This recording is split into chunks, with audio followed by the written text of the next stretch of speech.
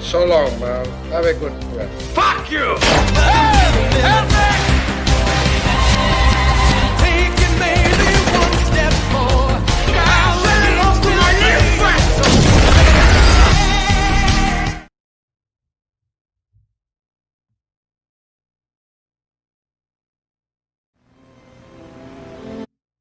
Oh, shit.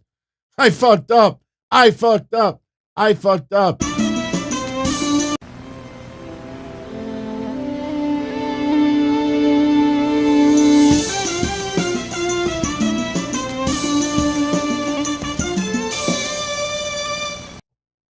Every Thursday night, you ask the questions, DT gives you his answers. No holds barred. It's Q&A with Don Tony. This is your chance to speak your mind and be heard about anything. Q&A with Don Tony. And now, your host, Don Tony. Don Tony. Don Tony. Don Tony.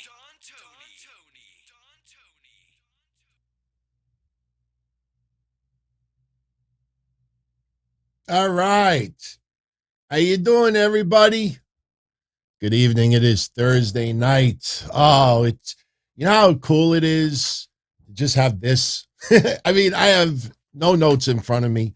And the only reason why I even have three words on here is because super chats are already coming in, setting up the frame of what we're going to get into tonight. Oh, we got a couple of things to get into. Not all of it is serious. We'll have some very fun, lighthearted conversation. We will keep it real, no clickbait. And Steve Joseph, why don't I like going to the movie theater? Kicking it off with it. I'm just not into it. I like staying home.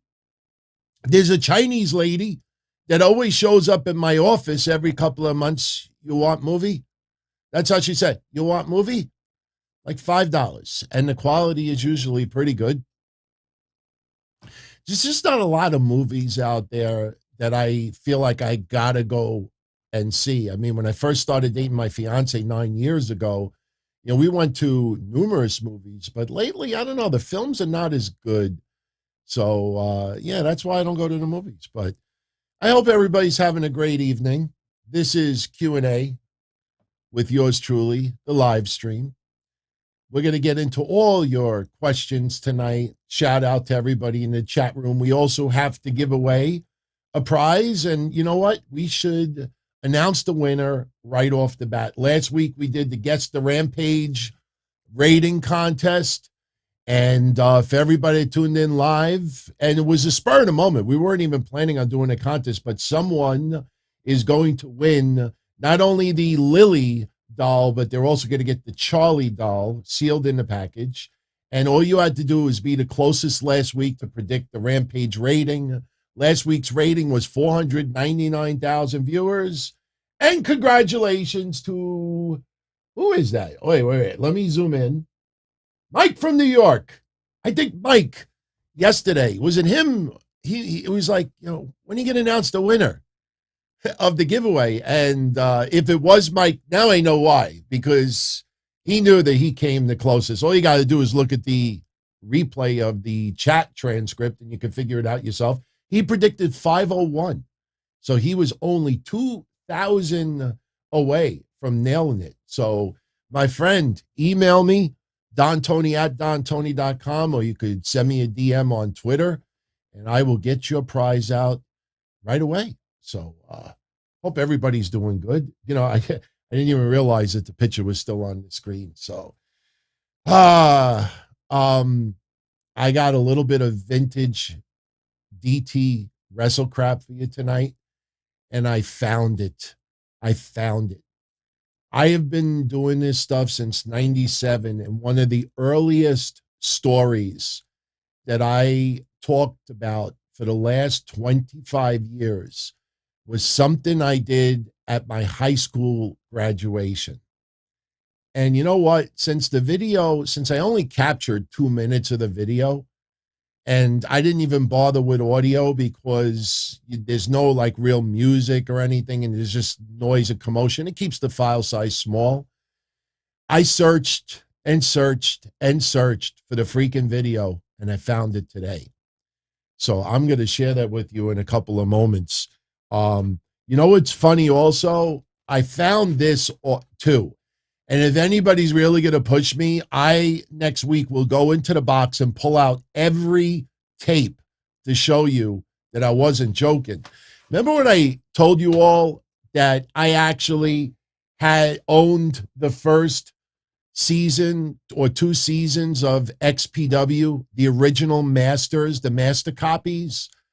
I never fully told the story on how I got them. And, you know, over the years, people are like, yeah, okay, yeah, you got the master copy. Sure, DT. Rob Black. It wasn't Rob Black. I'll tell you a true story. Some of you may appreciate this. Big Dick Dudley. Remember Big Dick Dudley? God rest his soul. Big Dick Dudley, for a while, performed in XPW. Now, I don't know how he got the original first or second year of the master tapes for XPW. I don't know if maybe he was owed money by Rob Black, but from what I was always told, Rob Black paid everybody. You know, he was never an issue with money. It was that cocksucker Slash that ripped me off and ripped my family off, and not just blood relatives, but the Donzilla Army with the bus trips that time. And he got his. You know, he didn't get it Messiah type way, but he got his. Isn't that the triple threat? Anyway, you know what? I'm afraid of doing symbols these days because somehow you just like point up, maybe to impersonate Sabu, and somebody says, oh, no, that's a white supremacist, you know, signal. So I don't like doing signals. The only signal I like doing is, hey, how you doing? Matarazz, I'm the boss. Kabish. VJ says, my shows are therapeutic. Dude, being here and chatting with all of you is therapeutic for yours truly as well. I thank you for that. And, you know, tonight, 100% interactive. I try to be interactive on the other shows as well. But obviously, you know, you could get sidetracked, blindsided, and you want to answer everybody's question. But it also has to go with the flow of the show. I mean, you know, we're talking about AEW Dynamite and someone says, oh, what do you think about the latest COVID numbers in Texas? You know, it's kind of hard to like try to like, you know, make it smooth. But we'll talk about Jeff Hardy because I have a few things to say about that. And I want to share a couple of comments with you too, because it's a very serious situation. And I think unless people truly have dealt with addiction, it's very hard to relate to it. Very hard to relate to it. But before we even talk about that, let's open up with just a fun little story. We don't want this episode to be a Debbie Downer. We could talk about, you know, issues with addiction and relapse and the mental pressure and everything else, but we could also have fun with other stuff. So anyway, the XPW story. See, you can't see the label yet. It's on the opposite side. So Big Dick Dudley, I don't know how or why he had the first 1 or 2 years of XPW's master copies, but he did. And Big Dick Dudley, before he passed away, actually was pretty close friends with the Mass Maniac. And the Mass Maniac somehow was hanging out with Big Dick Dudley one day. And Big Dick Dudley's going through a box of tapes and he pulls out all the XPW master tapes. And he's like, you want them? Because the Mass Maniac, you know, did shows and he sold VHS tapes. So Mass Maniac, like, sure, I'll take them. So Mass Maniac took them. He didn't bootleg them. He didn't do zombie video like Mad Zombie. But he had, you know, the tapes. So anyway, we got a hater in the chat room. Uh-oh, hater alert, hater alert. Let's see. I'm scrolling. I don't see any haters in the chat room, unless maybe I have them shadow banned. But then again, if they're shadow banned, they can't even go in the chat room. I have a lot of people shadow banned. You know what's funny? I've brought this up before. There's a few people out there that have been shadow banned that don't even know that they're shadow banned. And every show, they write these derogatory comments. And what I'll do is I'll remove them from the shadow ban list for like 10 minutes. And then all their comments pop up and I look at it and I see, and then I shadow ban them again and nobody sees. So they're actually just talking to themselves. Oh no, Dream 101 is not a hater. He, likes to push my buttons sometimes. Dream 101 is good people. I promise you that. Speaking of, dropping coffee all over my lap. Shout out to my enemies. By the way, before I get into the rest of the XPW story, I set up my appointment for my angiogram. Next week, winter is coming.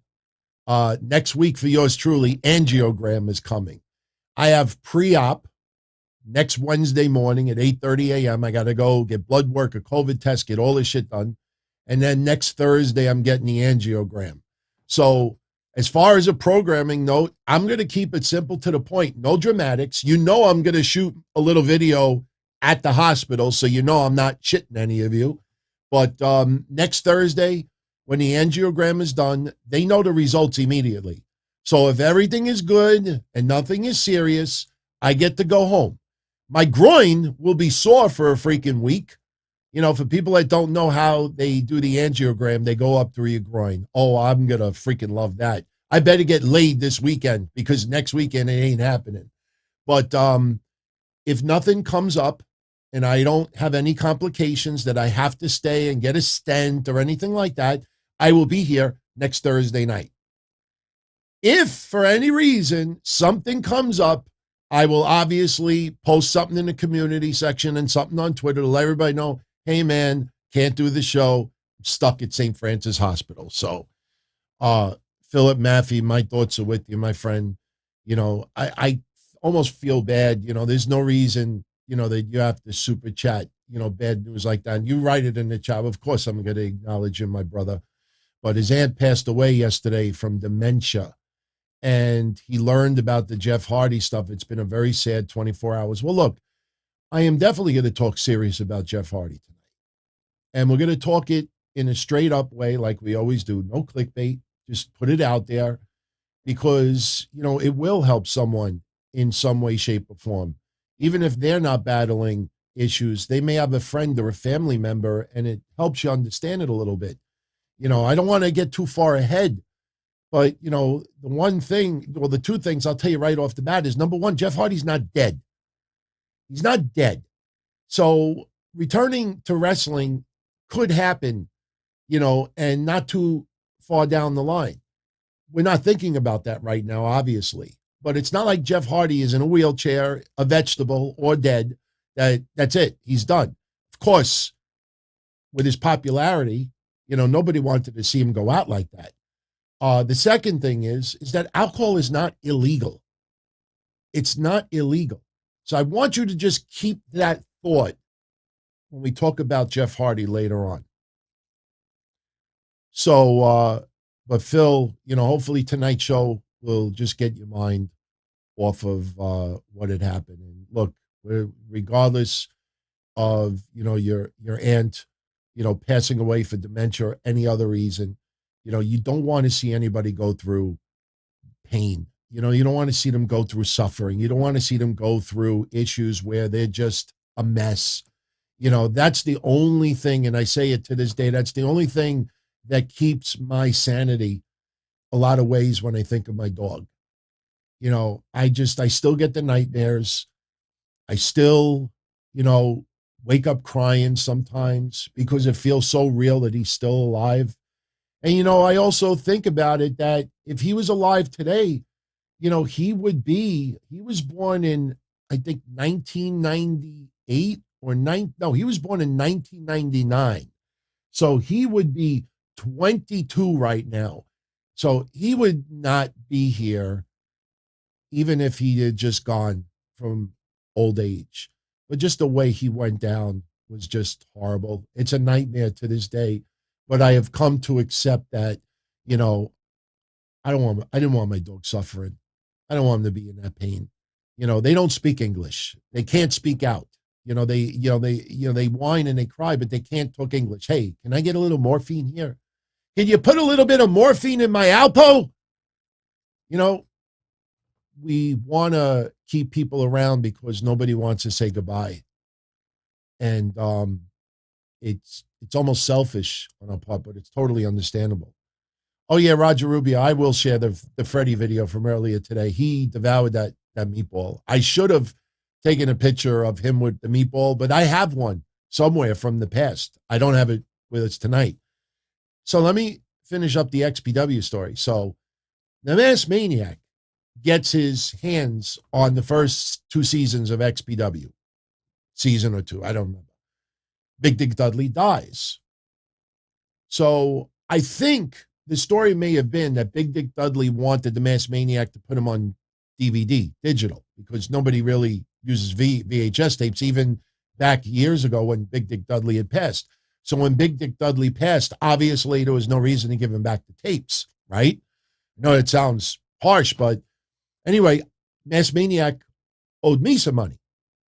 And it's not that he had any money issues, but we just didn't come around him giving me some money from some ticket sales from some of the shows that I partnered with in some ways. And he's like, you want some XP, you're a big fan of XPW. You worked for XPW. You want the Masters instead of some cash? I'm like, yeah, I'll take the Masters. So the Masked Maniac gave me the master tapes. So now I have the master tapes, the master copies of XPW seasons. A couple of years later, somebody was selling some ECW masters on eBay, and the amount of money was crazy. I don't remember how much it was. And I knew that it was for sale on eBay because I get email alerts when certain things pop up. So I get an email from the Masked Maniac. He's like, you still have those XPW masters? And if anybody thinks I'm lying, you could just ask him. He's like, you still have those XPW masters? And I'm like, yeah, they're stored away somewhere. I don't know where they are. And he's like, well, I may need them back. And I was saying to myself, there ain't no way I'm giving you those tapes back. But I think he realized that they were worth money. So he gave them to me and they were worth a lot more. So I pulled one out when I found my graduation video of me walking out with the chair, like a WWE pay-per-view. So for anybody out there that thinks that I was making it up, this is episode 13 and 14. And as you can read on the bottom, it is the master copies that they have like black screens for like long periods of time. And that's where you're supposed to splice in commercials. So I only took one out of the box, but I have tons of these. So I actually have the master copies of XPW. No joke. All right. So anyway, I know we have a bunch of super chats that came in.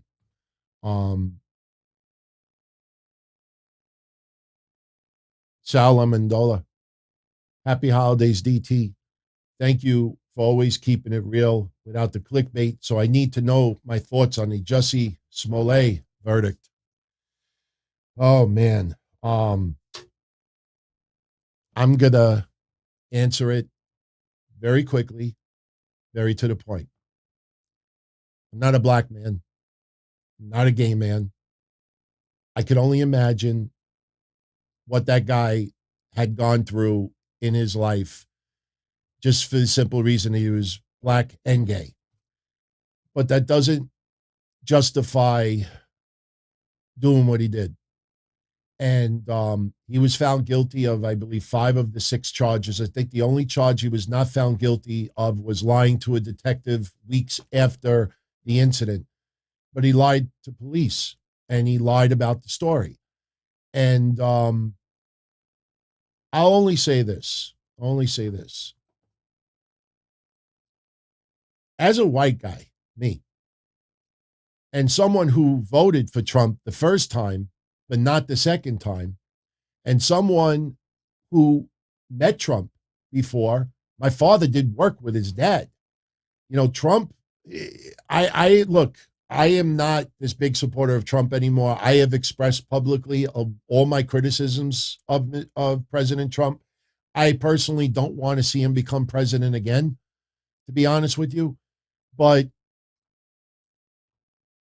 all I can say to you is, if you remember the story that Mr. Smallay portrayed, anybody wearing a Make America Great Again hat and was white, you had fear. You had fear. And to be labeled as a racist simply because you're wearing a hat, to be labeled a racist simply because you voted for the president. Now, I always said from day one, the number one reason why I voted for Trump for his first term was because he was a successful businessman. Yes, he had failures, but obviously had more success than failures. And he had balls of steel in a lot of ways. And I always felt, for me, that I would rather work for a boss that was an asshole, but I got paid good, than to work for a boss that was this beautiful, wonderful person, and I am just scraping by, trying to make ends meet because he's not that great of a business person. You know, President Biden right now, I'm just totally indifferent of. All I know is, a lot of COVID is not his fault, but, you see the gas prices, you see all the expenses, see what's going on. And it's like, that's the reason why I originally voted for Trump. I wanted someone who was successful, someone that actually balanced books, someone that actually got his hands dirty. And sure, very insensitive man, Trump. I mean, he's got tons of faults. That's why I don't want him to be president again. But I'll answer Sal's question with a question. And it's something that nobody really is talking about today with Smallay being found guilty. I leave you with this. Can you imagine what would have happened if Smallay was never proven to be a liar, if he never got caught? In this day and age, a lot of people feel that they get the most power by being the victim instead of being the hero. And could you imagine all the hate, all the added turmoil, all the revenge, all the stereotyping, all of the back and forth, black versus white, white versus black, if to this day we believed that two white guys with MAGA hats beat up a black gay man? Can you just imagine what would be going on right now? And he thought it was okay to make up that story. That's mind-boggling to me.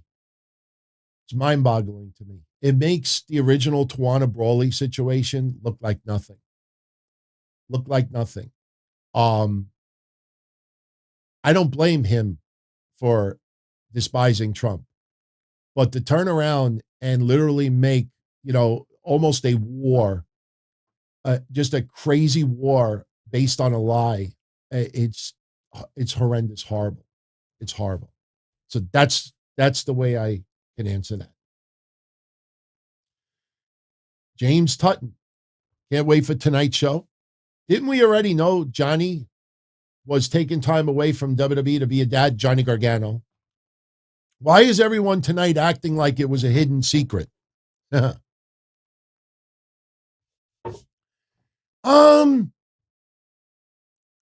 It's one of two things, James. For those that don't know, Bash, I have no notes. I really don't. These two super chats came in right before I went live, so I wrote the names down so we can put it in the synopsis for later on. The Johnny Gargano stuff all the websites right now, and people are doing shows with these giant clickbait headlines. Johnny Gargano leaves WWE. Johnny Gargano now a free agent. We knew this 2 days ago. Did they pay attention what Johnny Gargano said in his farewell speech? Johnny Gargano is going home to be a dad, to help his wife for the next 5 to 7 weeks. We just had this conversation yesterday. He might take a year off from wrestling. He might take 3 months. He might take 6 months off. You expect WWE to pay him all that time? Johnny, sign the dotted line. You know, you could take a year off, sign the dotted line. Just think about that logic for a minute. Johnny Gargano was leaving to be a dad right now, to take time away, mental, physical break, be a father, be a husband, taking some time off, not leaving a sinking ship. What changed in 2 days? Nothing. Nothing changed. One thing I did notice, I think it was Fightful, Dave Meltzer. If anybody believes I'm wrong and it was a different website or show, let me know. But I'm pretty sure it was Fightful and Meltzer because, you know, whether you like them or not, they are the more credible people out there. Yeah, I know some people feel that, you know, it's biased in some ways, but one side said that Johnny and Kyle O'Reilly are done. That's it. They are out. They're done. They're over. Someone else said that as far as they know, Johnny and Kyle are either, the perception is that they're going to stay. Johnny Gargano should have been no dispute. He's going home to be there for his wife, to prepare for the birth of their son, which is going to happen in February. Nothing has changed. So I don't know if each side is trying to one-up each other. Oh, shit, Skeeta. Oh, please. I not only would I eat this 25-year-old gum, but I would suck the balls. Forget I said that. I would eat all this gum and I would just swallow it, ingest it. I'd buy cases of it. Then shit Skeeta. Sports Skeeta. I'm not every person there is bad. Not every person there is bad. Let me make that clear. But man, all these places. You see how websites now are getting caught over and over again of taking sentences out of context. The latest one had to do with Booker T talking about Big E. Oh, we made an error that nobody accidentally does that crap. They just do it and hope that nobody catches on or says anything. It's garbage out there, everybody. It's garbage. It really is garbage. By the way, speaking of garbage, my apologies yesterday for a couple of brain farts that I had on the show yesterday. That was weird. And after the show was over, if you notice, I put some big synopsis up. And while I was going through the show, I was doing a couple of Google searches. And apparently, you know, the brain withdrawal of not having MCT oil is legit. So, you know, some people say that they just get these moments of total fogness that they just can't think straight. And yesterday, for about 10 minutes on the show, like, I just could not put words together. It was weird. But today, I think I'm good. Sorry for the slurp. So Johnny Gargano, James, there's nothing different. He's going home, taking time off. WWE's not going to pay him for that time off. He's not an employee. He's an independent contractor. And Johnny's always been straight up with everyone. There's no controversy behind it. You know, all the stuff today is just trying to pull headlines. That's all it is. That's all it is. Thank you, VJ, again, for the kind words. Also, Steve Joseph, thank you for this super chat about the movie theater I talked about earlier. My thoughts again with Philip Maffey on the passing of his aunt. And Roger Rubio, yeah, yo, DT, get Freddie some more Italian bread and meatballs. For people out there that don't know what that's about, I shot about 60 seconds of video earlier.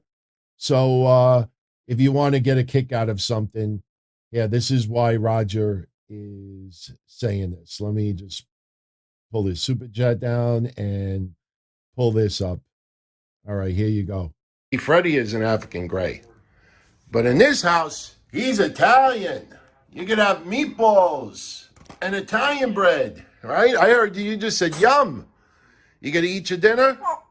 Oh, you gonna have your dinner? I gotta go prepare for my show, little boy. You give me a little kiss?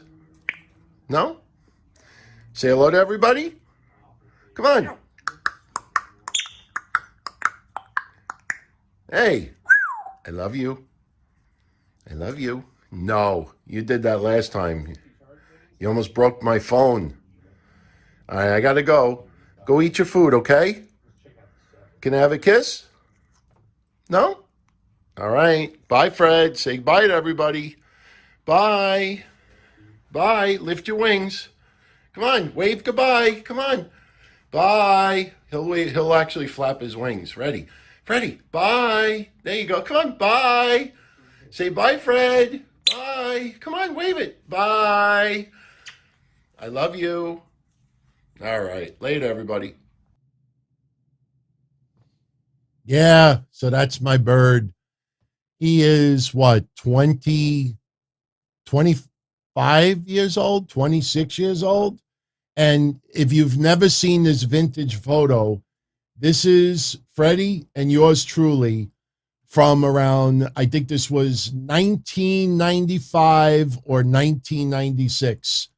That is the same bird. That's me with my Dexter Loomis mustache. So, yeah, that is Freddie from 1995 and 1996. He is still going strong. Still going strong. There you go. My bird is awesome, man. He's awesome. You know, I feel bad because he's starting to get arthritis. I don't know if I ever showed you this photo. I don't know if I could actually pull it up quickly. But, you know, I could tell the way he walks and the way he climbs sometimes that he struggles a little bit. And again, you know, they don't put sentences together like, hey, my legs hurt. Yeah, I actually found the picture. So someone had told me online to get a wooden platform that it might give him a little bit of comfort. And I got him this wooden platform. And if you look, he's literally sitting on it. He just like crouches down like he's about to lay an egg. But that's just him chilling because he's got arthritis. So, yeah. So that's Fred. Yeah, everybody says Dexter Loomis vibes. I know. People said to me, like, wow, you kind of look like Dexter Loomis a little bit at that time. Yeah, that is yours truly from 95, 96. So, African gray parrots are wonderful birds. Very, very smart. If you've never seen the YouTube videos of some African grays, be prepared to be amazed. But you got to just remember that they are wild animals. And once in a while, you know, I get a nice bite from him. You know, they're very emotional birds too. So you got to be prepared to give them a lot of attention. But if they're not in the mood to play, if they're not in the mood to be held, they will draw blood. I mean, my bird, you know, bites me once in a while too. I look like a shady cop. Oh my God. I look like a shady cop. Hell no. Hell no. No way, man. That was right before my car accident too. So, want to talk about Jeff Hardy? Let's talk about Jeff Hardy for a few minutes. I want to open up with a tweet. Be honest, everyone in the live chat, because a lot of people will watch your comments on the replay. And if you saw it, you saw it. Be honest. I don't want anybody to feel like you have to answer it one way or the other. But, you know, based on all the websites out there and the shows out there, have you taken notice of all the places that didn't tell you that Jeff Hardy's wife today made a couple of comments? Now, they're very, very brief comments, but Jeff Hardy's wife, Beth, who I do follow on Twitter, she wrote, Jeff is good. We are good. Post that you heard that. And heard was in quotes. Now, obviously, she's pissed off because of all the people out there who claim they heard this, they heard that, they heard this. Now, if you remember Monday's show with Mish and I, we were talking about, you don't want to jump to conclusions. You want to get the answers first. It's very, very difficult to totally understand what's going on right now. They heard. So what was today? What were the websites claiming? They heard Jeff Hardy refused rehab. Newspapers ran with that. That is exactly what I talk about, that some people that have some power in the reporting world are very dangerous people, because they can guess, or they can assume, or they have someone that they think has the answer but doesn't, because something tells me Jeff Hardy has not contacted a whole bunch of people that tell him what is actually going on. Matt Hardy, I don't think, has been doing that either, out of love for his brother. But, strangers apparently know more than others. When Jeff Hardy has the meeting with John Laurinaitis and Vince McMahon and two others, somehow one or more of those four people would have contacted these websites. So when Beth actually writes that Jeff is good, we are good, post that, you heard that. That's a little shot to those people. Now, I know there's quite a few of you out there that are questioning, not that you're thinking, you're questioning, if Jeff Hardy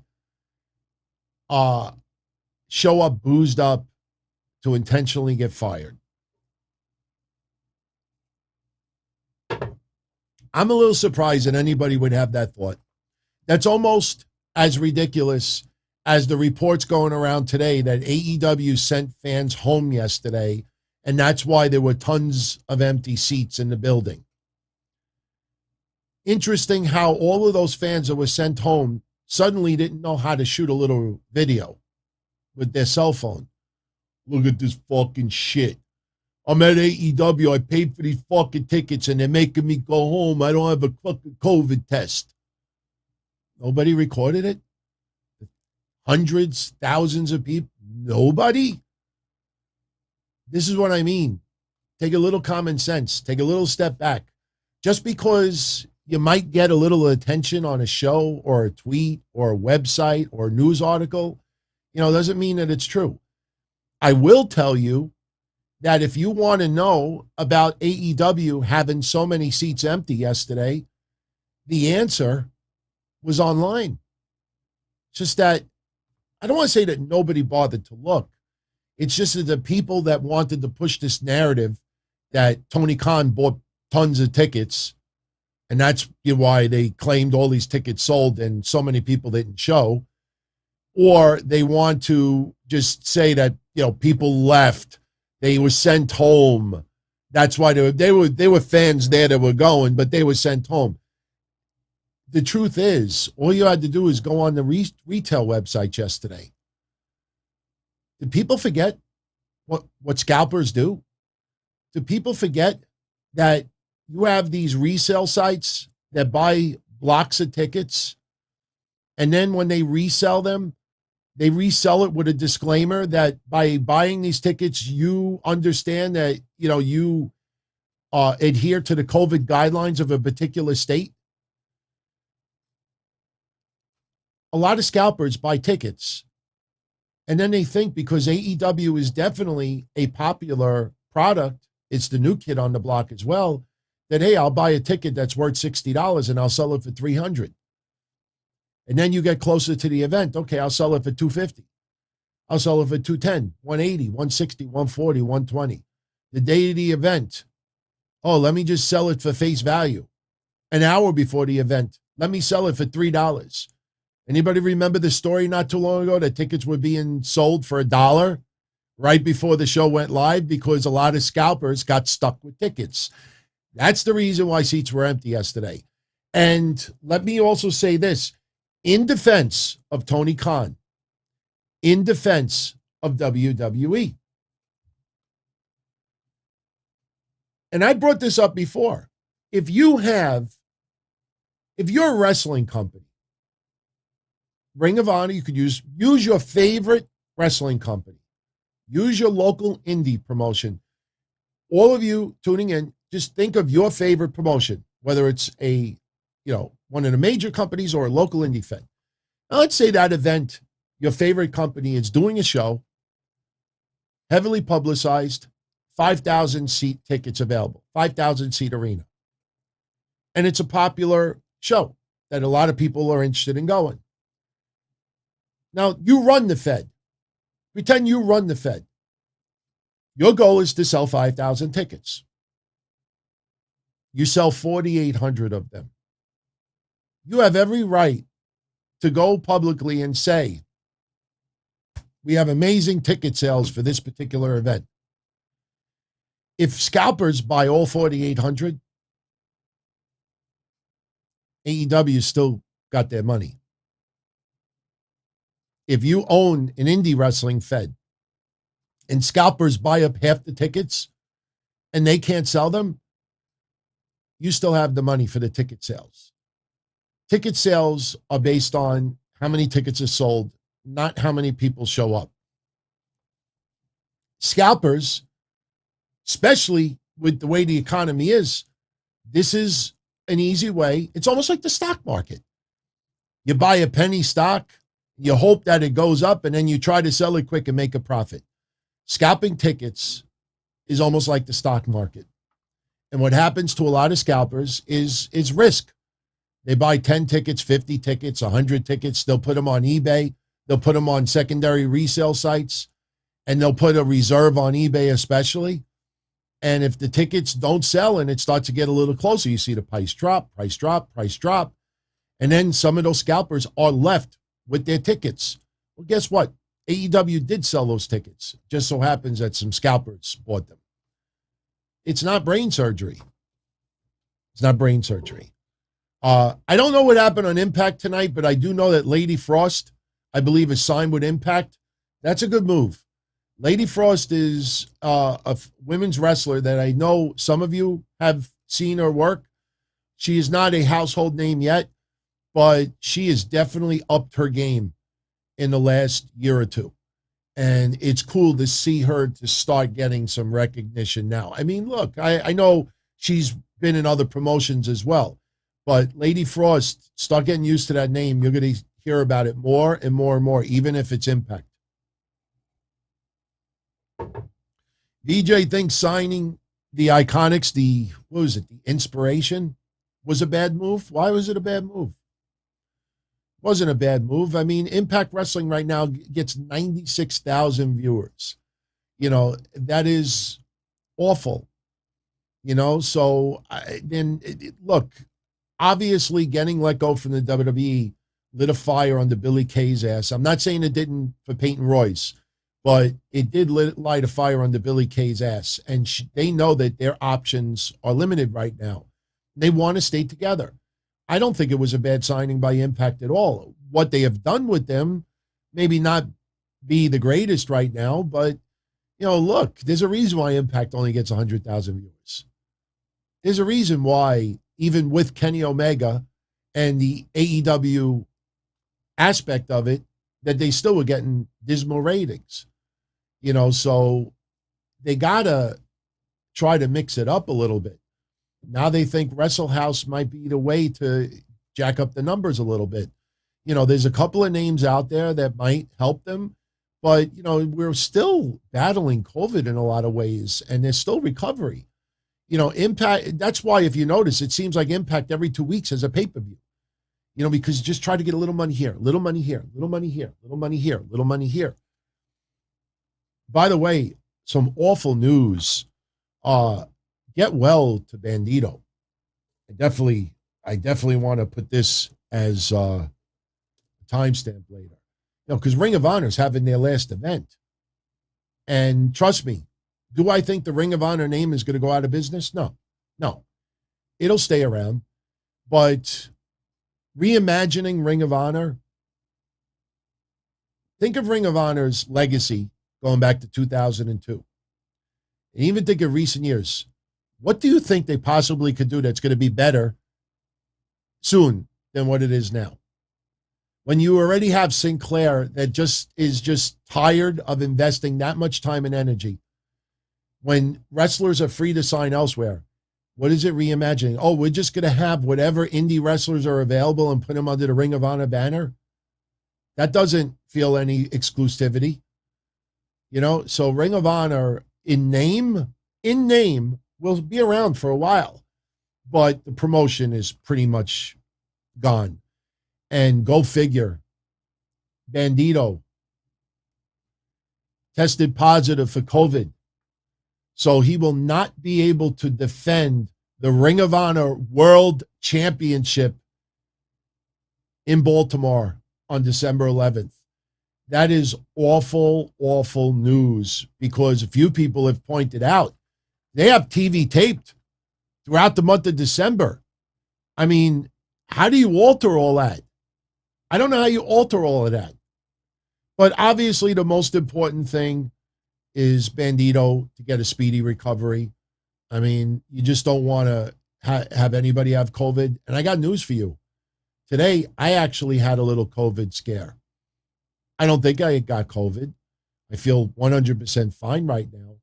But earlier today, I had a customer come in to my office and was coughing nonstop, sounded horrible.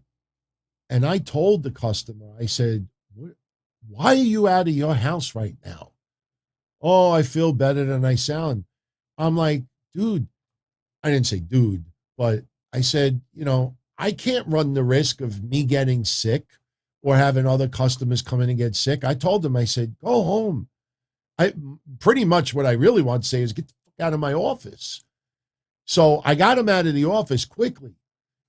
I threw the mask on. I sprayed Lysol everywhere. And a couple of hours later, I started feeling awful. And I know the incubation takes days, but I started getting paranoid before it. I'm like, holy shit, next week I got to get the angiogram. And I can't get COVID now. I never got COVID. So I'm pretty certain I'm fine.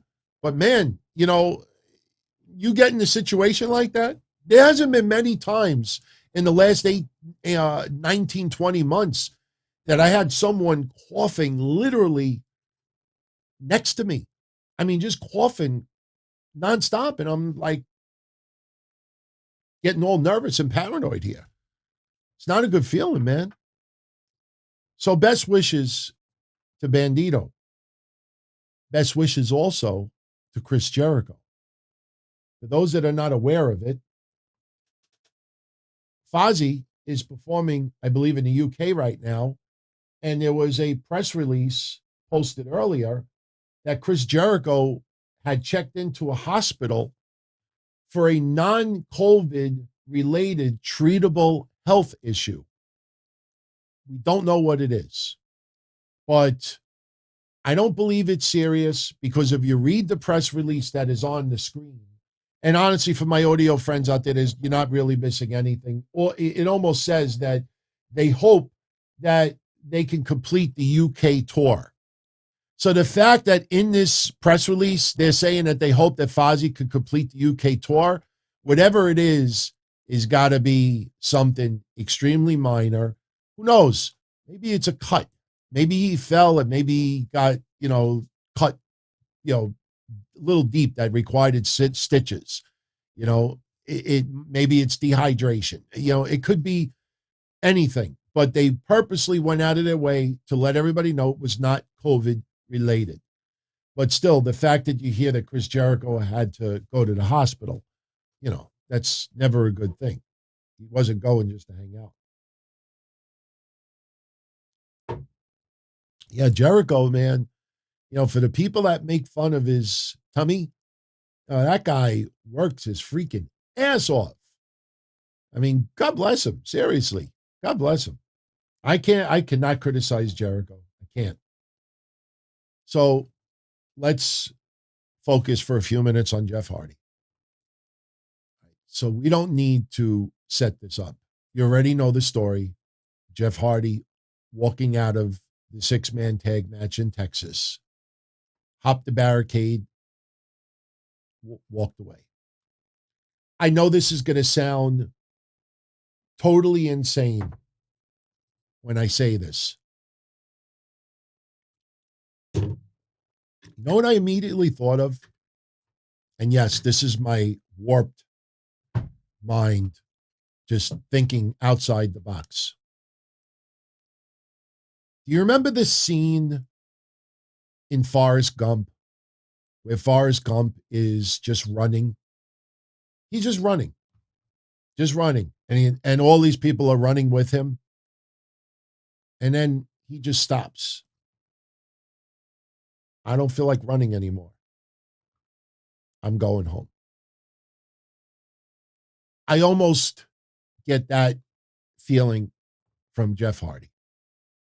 Now, again, we don't know what exactly happened that night. I had people that I was trying to reach out to tell me that some people thought that he had to take a massive dump. But why jump the guardrail? You know, I mean, you could even like crawl under the ring. I know it sounds absolutely grotesque, but I did it once. I took a dump under the ring, you know, after getting caned from the Sandman. I had to take a dump for some reason. I took the shopping bag, pulled my pants down. The match is going on. Boom, boom, boom. And underneath the ring, boom, boom, boom. Cleaned it up, tied the bag closed.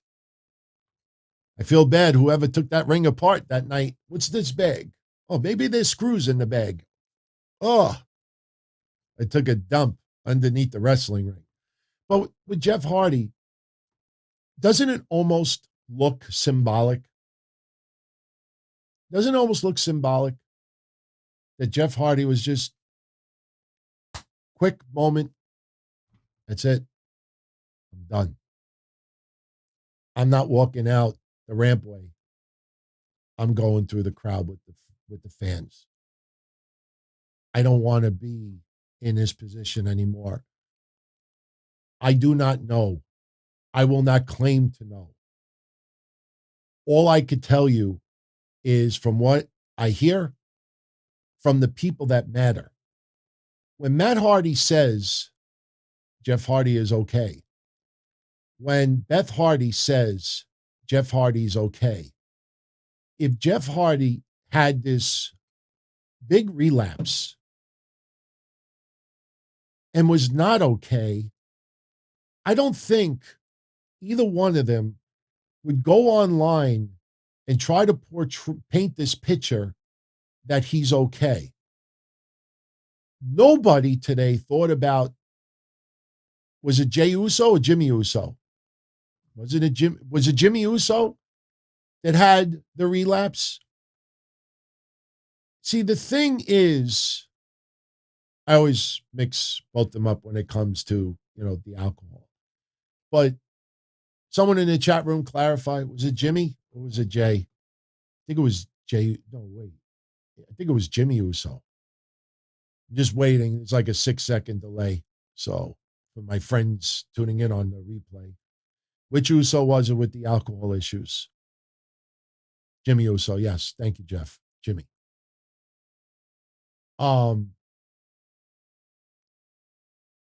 Isn't it interesting that so many people were calling for Jimmy Uso to be fired because he relapsed?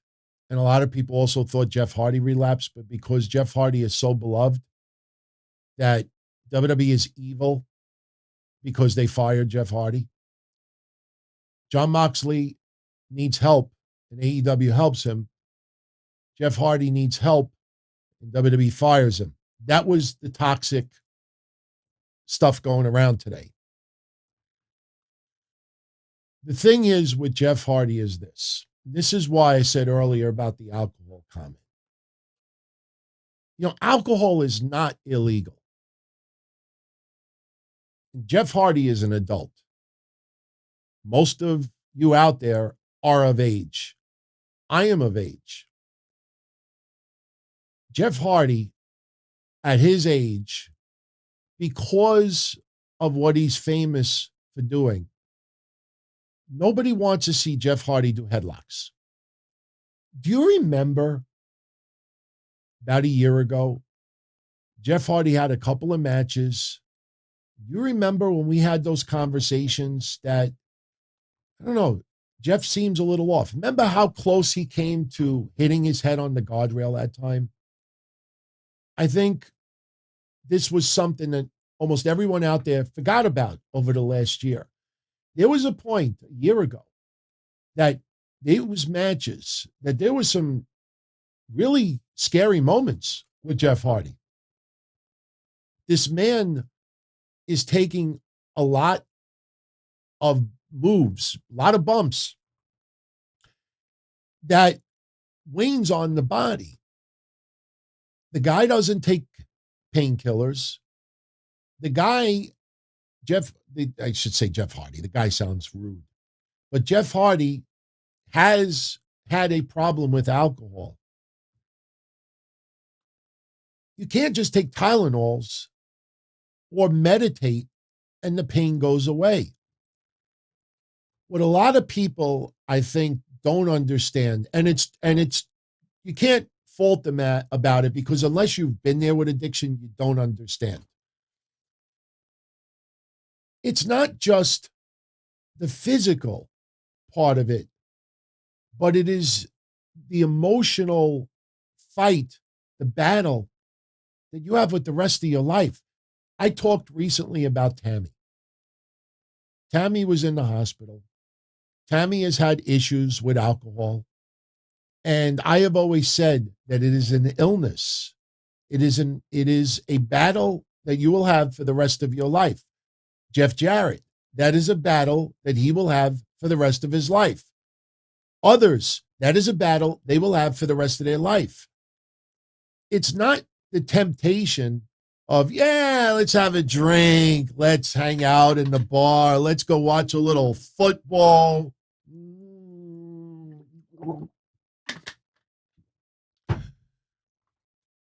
Jeff Hardy's in pain.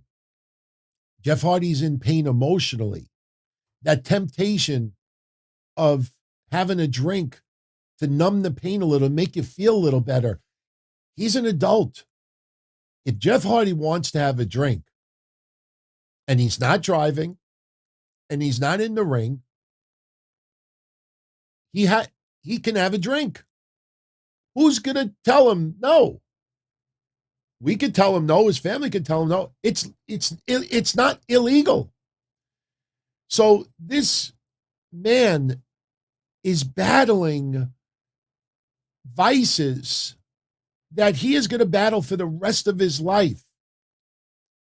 And we can only imagine the physical pain that he goes through, because he wants to give the fans 150%. Last Saturday on the show, I talked about the titles. I brought it up a couple of days ago. You know, for everybody that says that WWE titles don't matter in 2021, yet so many people wanted Jeff Hardy to have one more run with the championship. Because the championship is like an acknowledgement. It is an award. It is a reward.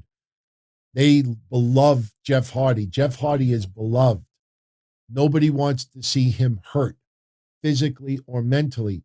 But the thing is, you know, for people to assume that Jeff Hardy was under the influence during that match, that is wrong.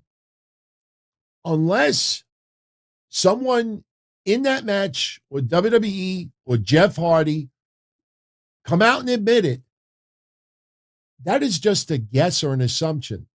The problem with the Jeff Hardy situation is that there's a lot of people that never experienced addiction, never experienced the battle the temptation, trying to find alternate ways to heal yourself. So when they hear, the situation with Jeff Hardy, they immediately think, okay, he relapsed. Now, as far as WWE wanting Jeff Hardy to go into rehab and Jeff Hardy saying no,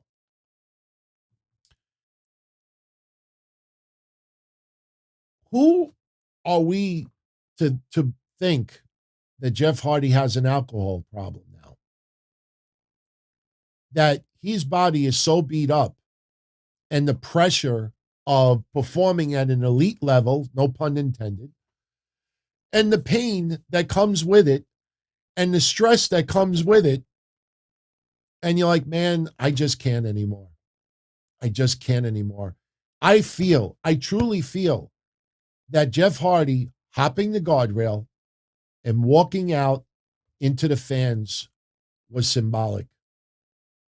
That wasn't Jeff not knowing where he is, in a daze, relapsed, rough shape, this, and that. I think it just all came crumbling down. People do have meltdowns trying to resist temptation and not giving in to the temptation. There's no reports that Jeff Hardy was drunk in that match.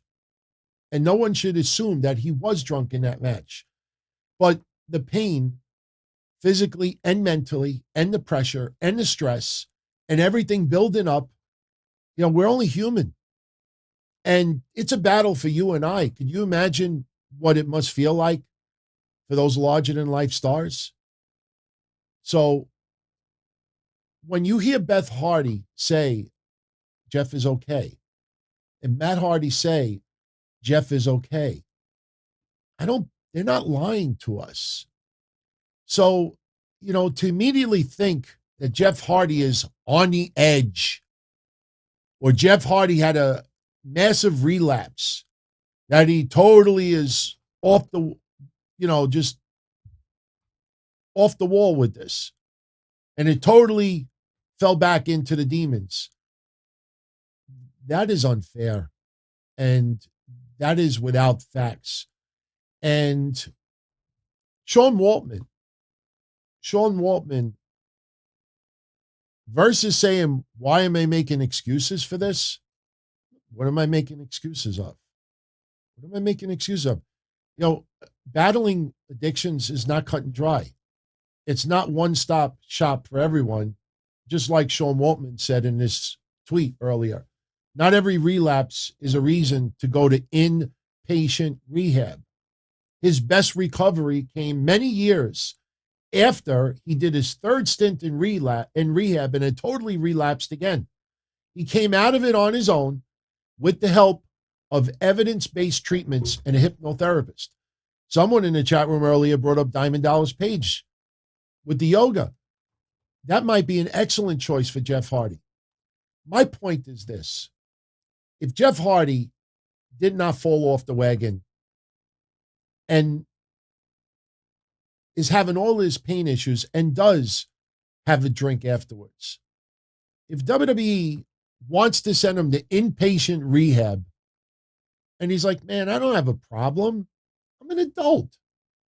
I can manage, if I want to have a drink or I want to. I'm not saying that he said that. The point is that WWE, in their eyes, because Jeff Hardy is an investment, this is a $1 billion company, it is very informal.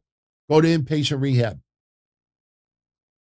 You need to go into inpatient rehab for. Why? Because I want to have a drink? Legally? Not during work? I'm not going to inpatient rehab. Okay, you're gone. It could be as simple as that. We don't know. There are so many different forms of rehabilitation. And inpatient rehab is not a one-stop shop resolution.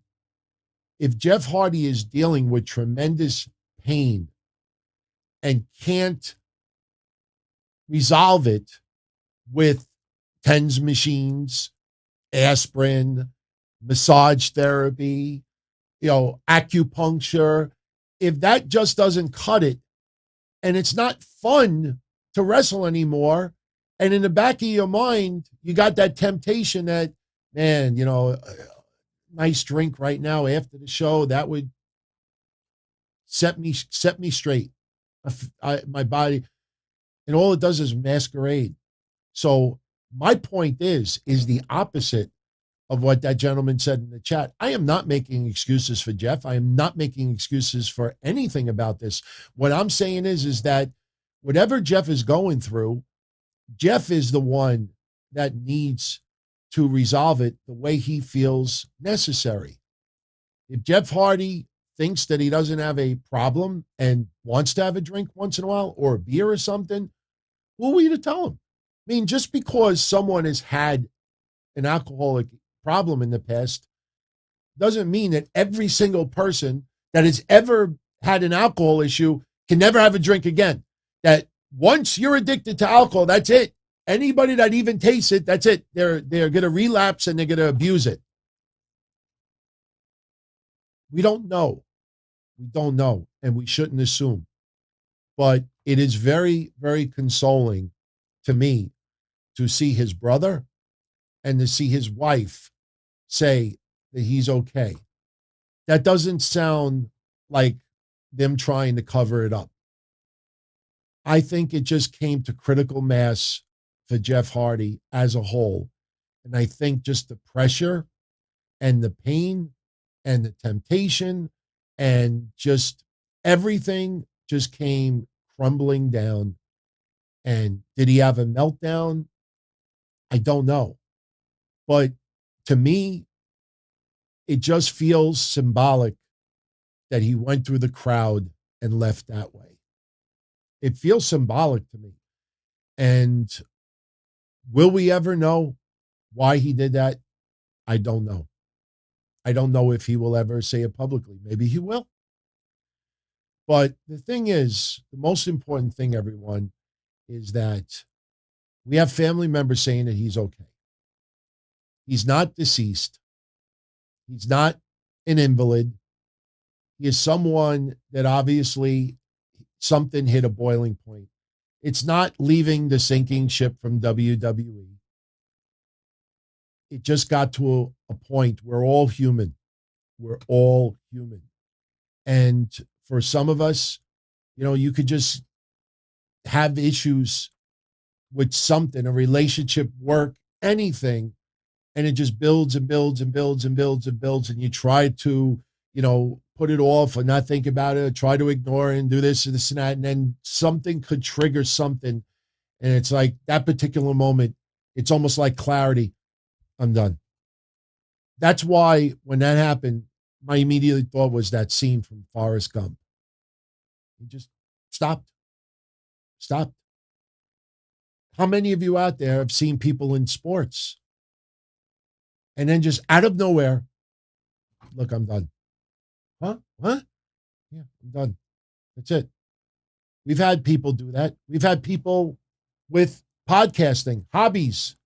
They'll do it for years and years and years and years and years. And then just one day, you just wake up and like, I'm done.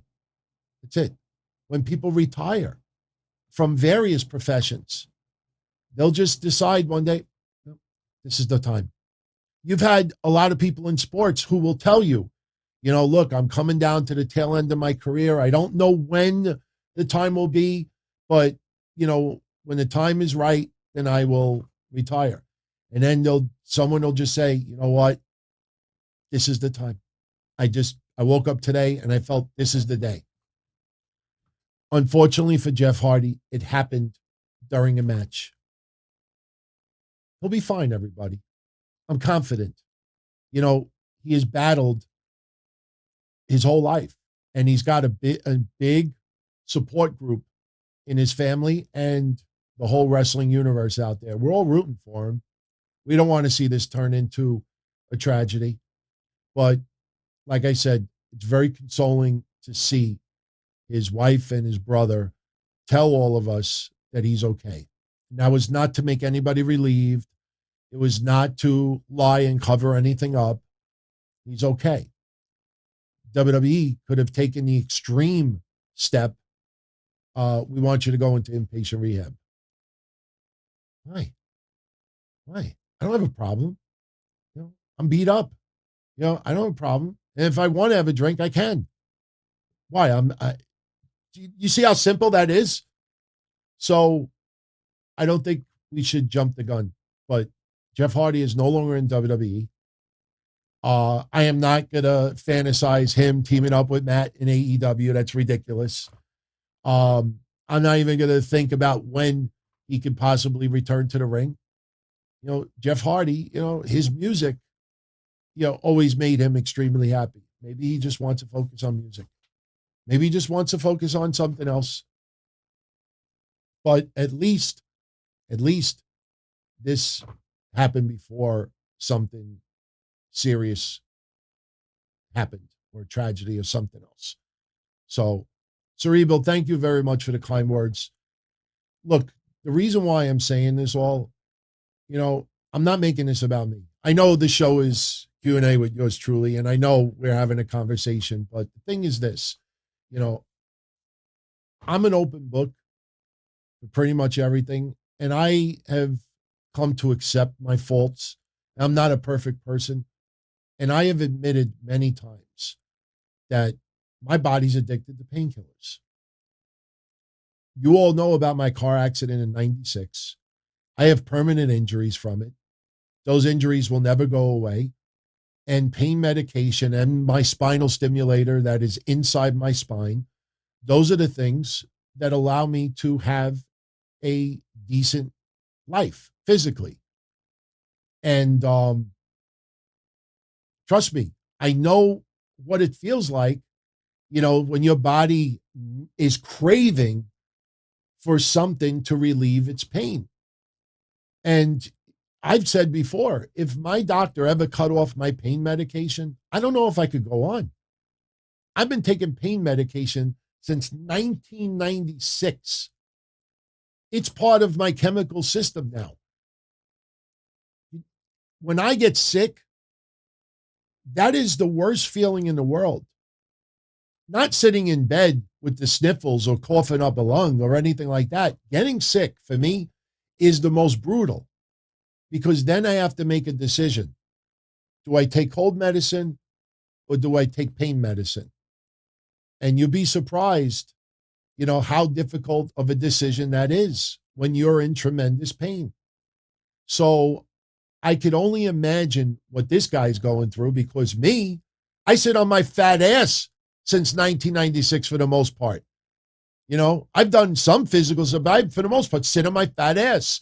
This guy is performing in a wrestling ring, 25 years later, and still doing high spots, crazy spots. I wish him nothing but the best. And what I was going to say also about keeping it real is, we're not having this conversation to try to get the most views on YouTube, to get the most downloads on Blue Wire, to get the most likes on Twitter. We're having straight up conversation because this is a very serious issue, and it could happen to any of us. It has happened to a lot of your parents. It has happened to a lot of your friends. It has happened to neighbors. It has happened to relatives. It may have happened to you. How many of you, we just talked about it not too long ago. When you talk about, a parent, battling alcoholism and having an abusive father, or somebody who always, it's something that's been going on for hundreds of years. And it's a struggle. It is an absolute horrible struggle. And Jeff Hardy is an inspiration for a lot of people out there. A lot of wrestlers today paying tribute to Jeff Hardy, to let Jeff Hardy know that he matters to all of them, and he was there for them to inspire them, to help them. They don't know how they could be there for him other than to say thank you, to remind everyone how wonderful this person is. So, when especially with Tammy, and I talked about alcoholism, and addiction, Tammy is not the most beloved person out there. So whenever I talked about, look, I'm not going to, rip her, when she ends up, back with the issues, because this is a battle that she's going to have for the rest of her life. And, she's had some horrible jail time as a result of some of this. And a lot of people, they don't humanize the addiction because it's somebody that they don't like. And again, I think of Jimmy Uso, the loud outcries, WWE, they're not taking him off TV. They're not firing him. Not everybody, but a lot of people just wanted him fired. That's it. Too many chances. No, it's a human struggle. When the temptation is there, and we all look at it when it came to Jimmy Uso. You remember what we all said. You were like, wow, he's in the biggest storyline with Roman Reigns, the feud, the bloodline, everything like that. How do you throw that all away, or almost throw it all away, by having a drink and getting behind the wheel? Like, how do you comprehend that? And I know when you say it like that, it's almost ridiculous. Like, how could anybody, you have everything right now. How do you throw it away? It is a struggle. And to me, it felt like Jeff Hardy had a complete meltdown. So I am not going to make excuses. I'm not going to claim that he took anything, had anything prior to that match. We don't know all the facts. All we know is that it got to a boiling point. It got to critical mass where Jeff Hardy left that ring, walked through the crowd, and went home. That's it. I don't believe any of the stuff that he intentionally tried to get himself fired or anything like that. That's crazy talk. That's crazy talk. So, all right. Look, we'll never be able to make complete comprehension of this. There's no perfect answer. No matter how much we can try to understand it, know people that have gone through it, or maybe you and I have gone through it, still, you'll never fully understand it in the mind and the body of Jeff Hardy, because it's hard enough for an everyday person like you and I to go through addiction or issues. You imagine someone on his level? This might be the best thing that could have happened to him. Seriously. Good luck to Jeff Hardy. So, should we lighten up the mood a little bit? Let's lighten up the mood a little bit. All right. I'm just looking at we got a super chat that I need to answer. Tyree Jones, thank you very much, my friend, for the 5 spot. Do I think the door is officially shut now as far as John Cena ever turning heel? Yeah. Do I think Roman loses to Brock to feud with The Rock? No. I think The Rock versus Roman Reigns will likely be the following WrestleMania when they go Hollywood. I think right now my feeling is that Brock Lesnar will defeat Roman Reigns for the championship. The question is, does it happen at day one? Does it happen at WrestleMania? Something tells me at day one we're going to have a disqualification. Something tells me Brock may snap. Something stupid is going to happen, and it's going to continue the storyline into WrestleMania. I think there is a high possibility that Brock Lesnar beats Roman Reigns to win that championship.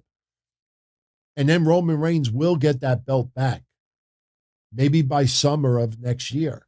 And then when it gets closer to Royal Rumble time, that's when you probably have The Rock getting involved with this. I don't know if WWE would do the year in advance storyline where it's The Rock versus Roman Reigns, no mention of a title. But when you get closer to the following WrestleMania, 39, that if Roman Reigns is the champion, now the title's on the line. So that's the scenario that I feel right now. And look at the small roster that WWE has now, because they have figured out we don't need to have this many people on the roster and still draw the same rating. It's almost like Jenga. Was it Jenga? Is that the game where you pull the piece out and you see how many pieces you could pull out before it comes crumbling down? Right now, it almost feels like the Jenga is fully assembled with WWE, and then you have the 2020 releases. Hey, look, everybody. We got rid of all these pieces, and everything is, the foundation is still solid. Okay. Who else is really not doing it for us? Is it really worth investing? 2021 releases. Pull a couple more pieces out. Hey, look, everybody. The numbers are still pretty much the same. Pull some more pieces out. So that's what it feels like. So Brock Lesnar, tell me who else than Brock Lesnar right now on the Smackdown roster that you think would be as much of a draw on their television or their ticket sales? Drew? I don't, as much as I'm a Drew fan, I don't think so. So Brock Lesnar seems like the obvious choice. If WWE thinks that they could get by with Roman Reigns and Brock Lesnar as the heavyweight champions on SmackDown going into WrestleMania 39, that could happen. That could happen. Could very well happen. And I'll say it like this, not trying to start controversy. Trying to start controversy. I want everyone in the chat room to be a little interactive with yours truly right now for a minute. Get your typing fingers ready. Because I'm going to start off, there's 3 questions involved. I'm going to start off with the most, actually 4 questions. I'm going to start off with the most obvious one. And I want you all just to type, it's like one word answer, but I want you to type it quick so everybody that watches on a replay sees your answer, because it's going to get to a very important point. I say to you right now, who do you consider the head of SmackDown? One wrestler, you have to choose one. Who would you say is the focal point of SmackDown? Again, I know it's common sense for a lot of you. Okay, they just write the names. Everybody's writing Roman Reigns. Okay. All right, good. Now we go to Raw. Who would you say right now is viewed as the leader of Raw? Not Virgil. Let's go to Raw. Who would you consider is viewed as the leader of Raw right now? Okay. We got a little bit of Seth Rollins. We got Big E, Becky. A couple of picks for Lashley. That's good. Big E is not the big choice right now because Big E has not been developed yet as far as a heavyweight champion. Since WWE has multiple champions, Roman Reigns is considered the overall leader of WWE. So if you want to go WWE, not just Raw or SmackDown, you would all choose Roman Reigns. Not Happy Corbin. So Roman Reigns, leader, focal point, figure of WWE. I ask you now, when I say to you Impact Wrestling, who's the wrestler that comes to mind that you feel is the leader, the representation of Impact Wrestling right now? One wrestler, you choose it. Okay, we got Moose. We got another Moose.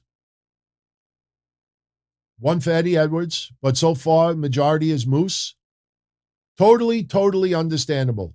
All right, almost everybody is saying Moose. Okay? Now I give you the final question. When I say to you AEW, who is the wrestler that you feel is the leader of AEW right now?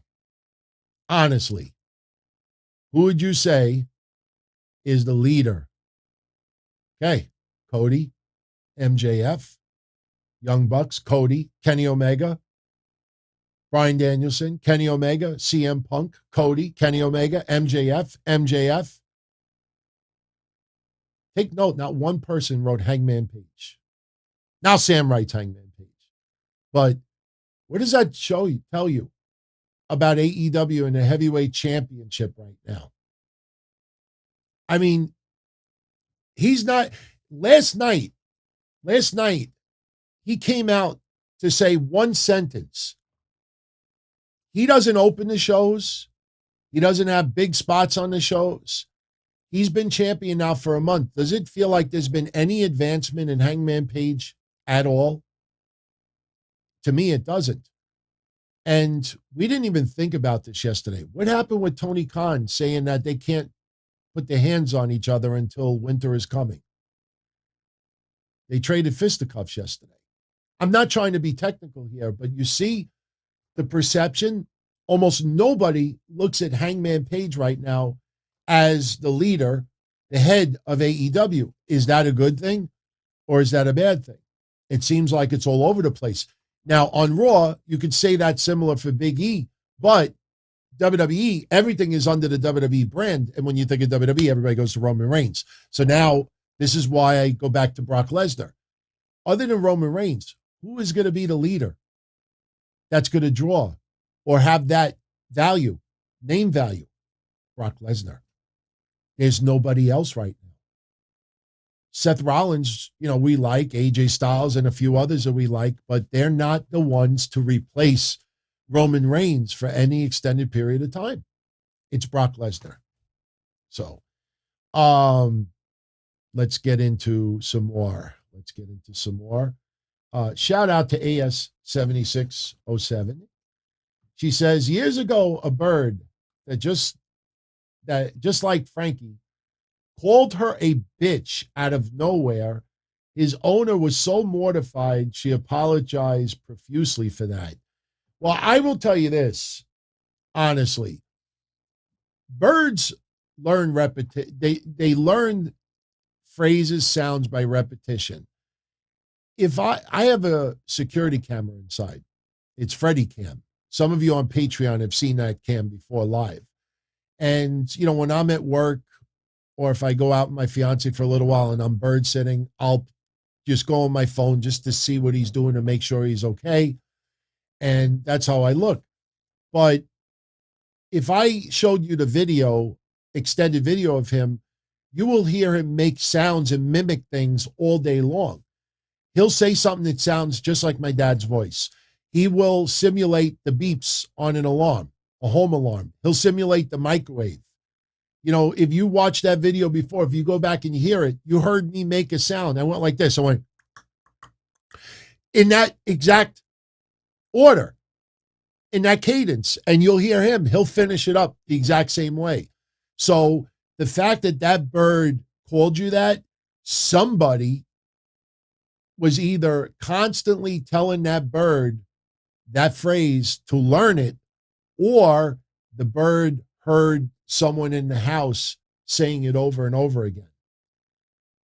Because still to this day, and I will record it this week now since I'm saying it. I walk into my house, and sometimes when I walk in the house, the bird will say, Anthony's home. Because when I used to live with my parents still for a little while, when I would come home, my mom would say that every single time to the bird. Or when I go visit them on Tuesdays and on Saturdays, Anthony's home. And the bird picked up on that. And he understands that when I open the door and he sees my face, that triggers him to say it. So that bird that called you that could have heard someone else calling someone else a bitch. Give me my food, you bitch. Clean the fucking house, you bitch. Did you pay the bills, bitch? That's terrible. But that bird could have heard somebody saying that over and over and over again. And that's how the bird picked up on it. I think that person who apologized to you was more embarrassed that the bird learned that. And the funny thing is, I always kidded with my fiance that I don't know if my parents still do the nasty, but I thought to myself, their cage is right. When he's there at their house, it's right next to the bedroom. And over the years, I always joked with my fiance. I said, I wonder if one day, I'm going to be around Fred and I'm just going to hear him out of nowhere go, yeah, that's right. Oh, that feels good. Oh, a little more. And I'm like, oh my God. Because once the bird picks up on it, that's it. There's nothing you can do to stop the bird. Constanda says, imagine if JD had a parrot. That would be interesting. That would be interesting. You're not going to get me to throw any shade to JD. He's not bad people. We butt heads on a lot of views, but the guy, he's intelligent. He worked his freaking ass off, and I can only commend that. Seriously. I know he's not, everybody's cup of tea. Not everybody is cup of tea. I'm not everybody's cup of tea either. Everybody has a style that they really like. There's a lot of people that really like JD being that loud, brutally honest, in your face, critique. He praises a boatload of stuff as well, but everybody's different. Me, my style has been the same for 25 years. Just be straight up with you. Tell you my views. They might be boring sometimes, and they might be, not very popular, but at least it's the truth. I still believe there are people out there that want the truth. Even Monday when I was talking about, the first women to main event Raw. And it wasn't Trish and Lita. It was Lita and Stephanie. I know some people thought Bertha Faye and Medusa in 95, but there was actually a segment afterwards that closed out the show that was really, you can't just use the last match on a show and call it a main event. Just because Trish versus Lita was an awesome match and Lita versus Stephanie was Attitude Era shit with The Rock as the guest referee, it's based on history and records, not match quality. And still, even on Monday, when I pointed that out, and I pointed it out 4 years ago when I started noticing WWE trying to rewrite that history. And, Mish brought up the point. Maybe WWE doesn't want to acknowledge Stephanie as being part of the history anymore. That's an excellent point. But history is history. You can't just erase it simply because you don't like it. It's not like monuments. That negative monuments, let's just get rid of it, and we don't have to talk about it no more. It's not history. Whether WWE likes it or not, that should be a learning lesson for WWE. If you don't want something like Lita versus Stephanie to be history, then the next time you try to do something, especially in women's wrestling that is considered history, don't do something stupid. We've had the first women's main event of WrestleMania. We've had the first Hell in a Cell. We've had the first this, the first that, the first this, and WWE's up their game with the quality of those matches. If you don't want something to end in bullshit as the first of anything, then don't do it. Nobody forced WWE to do that at that time. But you see how few people care about that truth, about that history? I wrote that Monday, and a very, very small group of people were talking about it or agreeing with it. Most people just ran to Trish and Lita and, thank you for this. People in wrestling that know that it's not true, but still like, fuck it, doesn't matter. We're going to acknowledge them as the first ever, and that's disingenuous. So I still believe that there are enough people out there that would rather have truth than to have something that just fits a narrative that is popular. All right. Believe it or not, everyone, we're already at 90 minutes. So we're going to start wrapping this up soon. We'll go a few more minutes.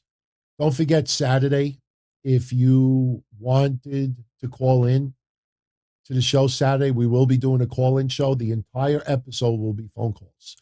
And yes, I will be putting a time limit on the calls. I think 4 to 5 minutes tops will be the maximum for any discussion.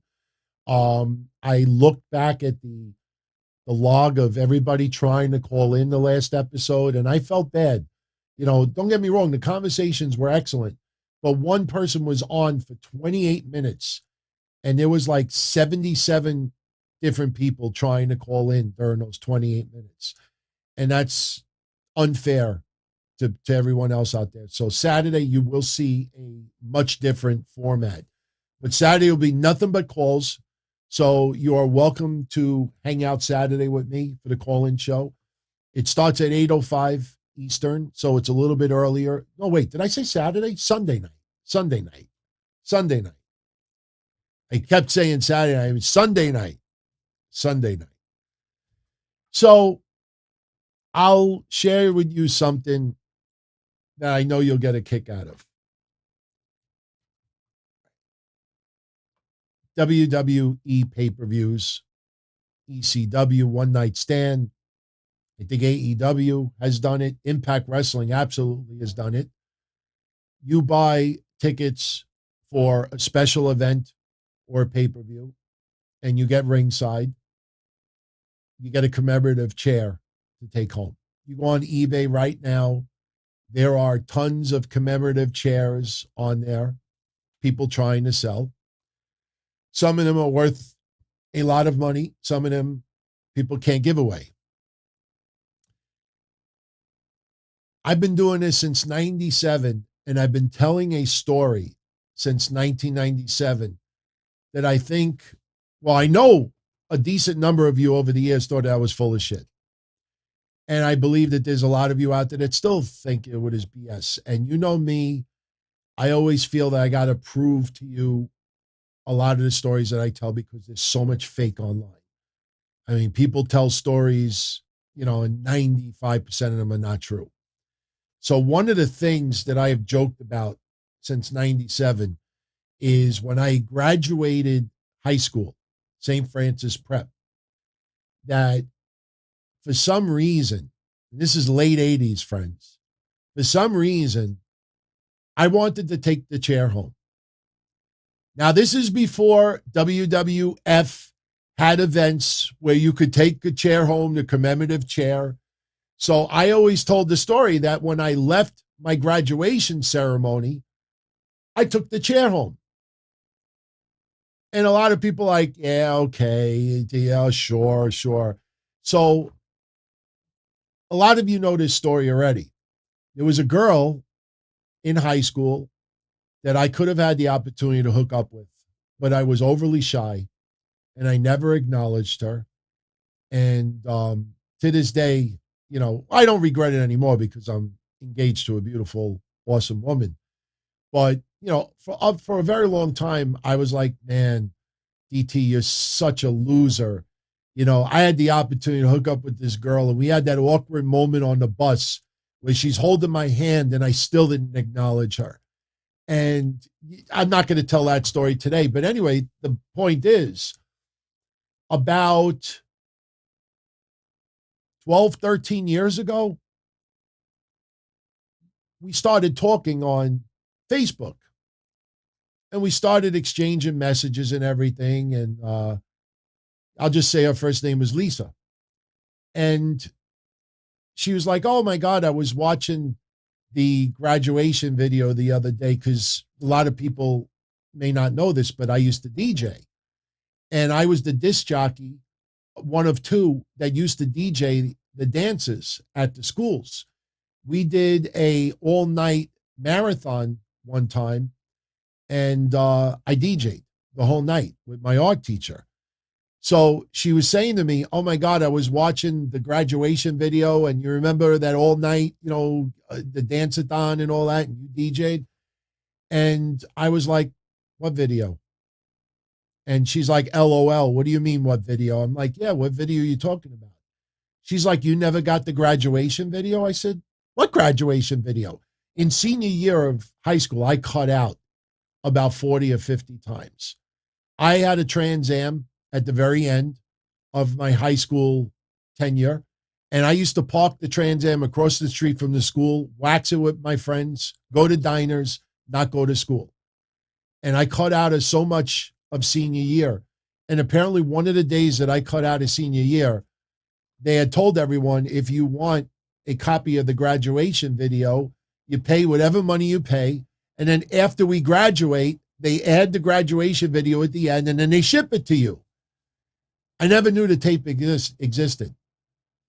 So she's like, do you want me to send you the tape? I'm like, oh, my God, please. So she sends me the tape. In return, I made a couple of digital copies for her. But I watched the tape. And I'm like, holy shit. You got me on there in the gym trying to try out for football. There's one point I got the headphones and I'm spinning the records. And then the graduation video. And I was like, there is no way that they caught on film me walking out with the chair. Lo and behold, it is there. I only took 2 minutes of the video, and I'm going to show it to you now. Now, I got to be honest with you. I was very tempted to play like 30 minutes of this video, which you'll find hilarious for various reasons. Number one, you'll see what everybody looked like in the 80s. You'll see the girls wearing all the lace stuff like Madonna, the hair like this. You think Jersey Shore? You have no idea. That class was Jersey Shore before Jersey Shore. But there's some controversial stuff on that video. For example, we had a Halloween party.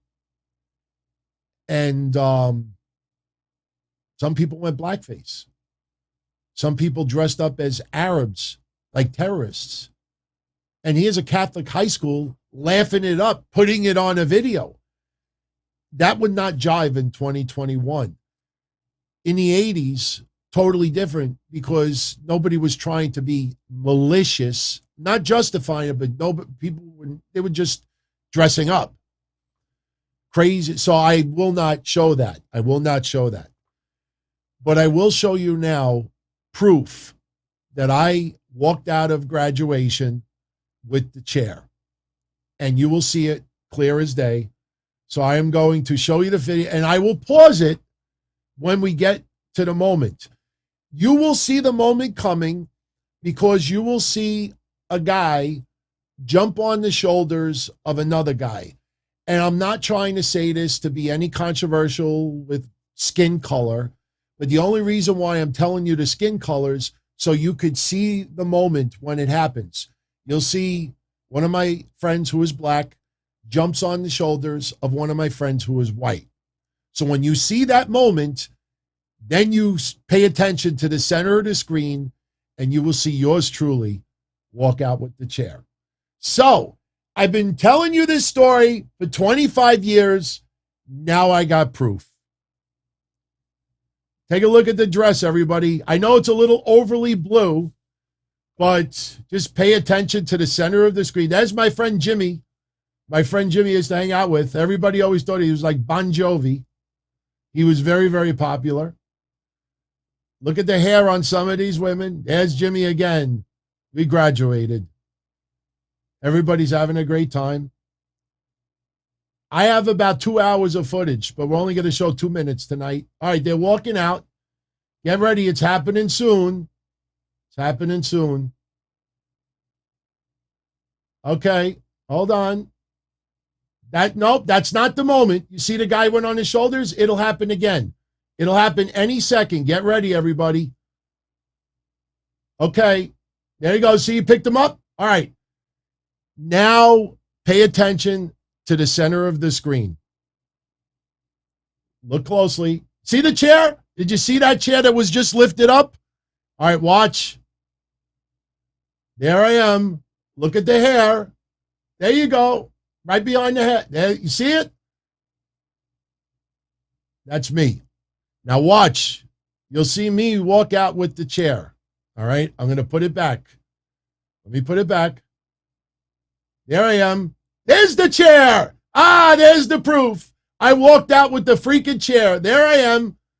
They're like, what the hell is he doing? They're walking out with the chairs. Yes, we walked out with the chairs. Yep, we left with the chairs. That was the truth. Let's look at it one more time. Let's look at it one more time. All right. Do I look the same? I mean, that was a very long time ago. Here we go. Look, there's the chair in the air. Now you see, look at my hair. Oh, my God, look at that pasty back hair. Look, there I go. And here comes the chair. There's the chair. I left with the folding chair. That was the commemorative chair. Was just a regular folding chair. That is me right there. All of us. That's it. Yep. We had some cuties in that class. That girl Lisa is not in this part of the video, but we had some hotties. We had some hotties at that time. So, yeah, like I said, I only recorded about 2 minutes of it, but some pretty wild hairstyles at that time. Yeah, I think that's it. It should stop any second. Yeah. By the way, that girl, who was that girl that was in my class? She's in this video, believe it or not. Who was the young lady that was married to the CBS executive? I can't remember her name. I have mentioned her in the past. She was in my homeroom. She became Julie Chang. Was that her name? It might have been Julie Chang. She was in my homeroom. We graduated in the same class. Kid you not. So there you go. There you go. There's your proof. That was yours truly when I graduated from high school and I left with the chair. They didn't stop us. We didn't get in trouble. I took the chair home. I remember getting in the car and my father's like, what the fuck did you take the chair for? I said, I just wanted to take the chair home. The commemorative chair, the folding chair. Julie Chen. I think that's her, Julie Chen. She married a big CBS executive. I think she had a talk show for a little while. She was in my homeroom. We graduated the same class. When we had a reunion, I don't know if it was 10 years or 15 years, she came back to the school, and very, very cool. I don't remember which reunion it was, but so there you go. So there you go. Want to see a horrible promo from yours truly? I don't believe I ever showed this one before. This was from 2007, I believe, Christmas. And this is before I got better with the promos. And there's a lot of noise, so you have to listen to it closely. But basically, I decide to tell a story. And if you look at Reefer looks like he's about to crack up. Reefer looks like he's corpsing as I'm doing this. I start telling a story about yours truly back in 1984. Christmas time, or it might have been in October something, that WWF had Pat Patterson dressed up as Santa Claus. And I sat on Pat Patterson's lap, and he asked me, young man, what do you want for Christmas? I want a Hulk Hogan bicycle. And Pat Patterson told me that if I work hard, if I go to school, if I do everything the right way, that I'll get my Hulk Hogan bicycle. I didn't get the Hulk Hogan bicycle. Listen closely of what I got instead. Again, this is before. I won't say that I was ever good with promos. This is when I was hideous. This is before it went from hideous to average. Check this out. I'm pretty sure I've never aired this before because I completely forgot this existed. I'm here with two men, two determined men. Grimreaper and Don Tony. Gentlemen, we've seen what happened with you and Kevin Matthews last time, and we know that you wanted to get get him back for what he did to you. Instead, you have Azrael, a talented athlete. First of all, you're a joke. All right, no, listen. Straight up joke. There's no need. Listen. As far as Azrael goes, Azrael's an awesome talent. Don't get me wrong, but tonight is a victim of circumstance. See, let me tell you a little story. This is true. Back in 1984, I went to a WWF house show in Madison Square Garden. It was, I think, in October. They were advertising Santa Claus at that show. And I found out later on that it was Pat Patterson. But nonetheless, as a little kid, I sat on his lap and cut my buttocks. And he asked me what I wanted for Christmas. I remember vividly all I wanted was a Hulk Hogan bicycle. He said to me, son, you work hard, study in school, pass your test with good grades, and look at that Hulk Hogan bicycle. So that's that one. Yeah, well, I studied for 2 months. I did good in school. I got straight A's. I did everything I was supposed to do. When Christmas time came, and I ran under the tree to get my Hulk Hogan bicycle, you know what I got? Junkyard Dog underoos. Sure you didn't crap your pants. Oh! You want to know what I do with those junkyard dog underoos? My parents to this day think that it was a medical condition. And every time those underoos hit my body, I bedwetted. And every time I wore them, I bedwetted and bedwetted and bedwetted. I bedwetted to the point that junkyard dog looked like an American Indian. And it got to the point that finally, with holes and smelling the urine, my father finally threw it out. I couldn't say nothing to my father because from where I come from, I get hit in the strap. When my father threw those junkyard dogs on the news away, you know how good I felt inside? And it had nothing to do with junkyard dogs. And it had nothing to do with their underoos. Just the fact that I, for 2 months, was set on my Hulk Hogan bicycle, studying and doing hard to get that. Can you imagine tonight, Azriel, how this man feels for the last 2 months preparing for Kevin Matthews and training and thinking and watching his matches and downloading his matches and doing everything possible? Azriel, tonight, you're not going to pair a junkyard dog under you, son. And you know what? There's an old saying when I come down. It hurts more to lose than it feels good to win. I guarantee you, it feels pretty good right now. So tonight, Azriel, we'll see what you got. Would it feel better if I gave it? It's like anything, I can do anything else. No, me, I break the These two men already. Back to you, this is Jerry Fitzwater. So that was not rehearsed. What that was supposed to be, the 2021 version. We were doing a storyline with Kevin Matthews, who does his own promotion now, which is awesome. He attacked Reefer, attacked me. You remember he handcuffed me, hit me with a chair, busted me open, beat me up a couple of times. Now, I know you've seen some of the segments of him, Kevin Matthews getting physical. Well, for 2 months, Reefer they were hyping up the Reefer versus Kevin Matthews. Kevin Matthews was injured. So instead, they announced Reefer versus Azriel. So basically, they said to me, hype up that Reefer was planning on taking on Kevin Matthews, but instead has to take on Azriel.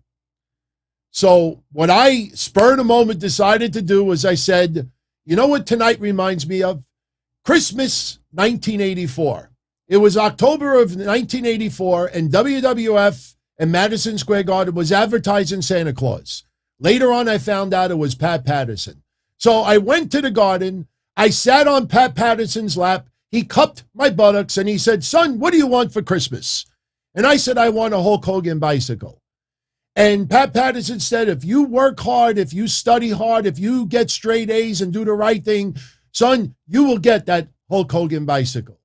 So for the next 2 months, see, that's why I said October, 2 months away from Christmas. Reefer, 2 months away from taking on Kevin Matthews. See, this was all spur of the moment. So for the next 2 months, I studied, I did straight A's, I went to school, I did the right thing, and then Christmas morning, 2 months later, I ran under the tree to get my bicycle, as if a bicycle would fit under the tree, and instead, I got junkyard dog underoos. So what did I do with those junkyard dog underoos? My parents always thought it was a medical condition, but every time they made me wear those underoos, I bedwetted and bedwetted and bedwetted. I bedwetted in those underoos so bad that the junkyard dog looked like an American Indian.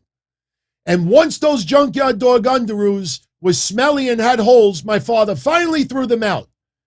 And the feeling that I had when we finally threw those underoos out, it felt awesome. So if you think Reefer is happy of facing Azriel instead of Kevin Matthews, Azriel, nothing personal to Junkyard Dog, nothing personal to you, my friend. But tonight, Azriel, you are nothing but a pair of Junkyard Dog underoos. That is what I came up with. Do you remember when Vince McMahon told Eric Bischoff, here's a broom, sell me the broom? Now, just pretend, okay, Don Tony, sell the fact that Reefer for 2 months was preparing for Kevin Matthews and instead gets Azrael. Something inside of me said, oh, Madison Square Garden, Pat Patterson, Santa Claus, cupping my buttocks, want a Hulk Hogan bicycle, which I don't ever think they made, and instead I get Junkyard Dog underoos.